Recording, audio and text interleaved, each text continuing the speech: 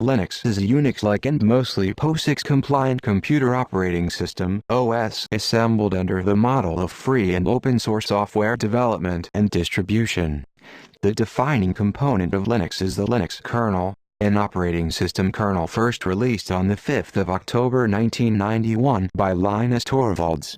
The Free Software Foundation uses the name GNU Linux to describe the operating system, which has led to some controversy.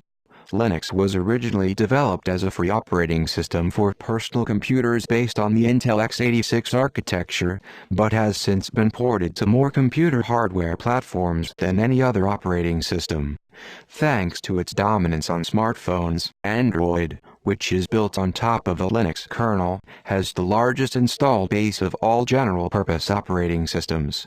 Linux, in its original form, is also the leading operating system on servers and other big iron systems such as mainframe computers and supercomputers, but is used on only around 1.5% of desktop computers. Linux also runs on embedded systems, which are devices whose operating system is typically built into the firmware and is highly tailored to the system. This includes mobile phones, tablet computers, network routers, facility automation controls, televisions, video game consoles, and smartwatches. The development of Linux is one of the most prominent examples of free and open-source software collaboration.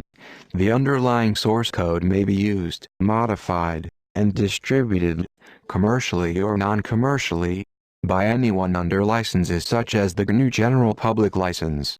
Typically, Linux is packaged in a form known as a Linux distribution, for both desktop and server use.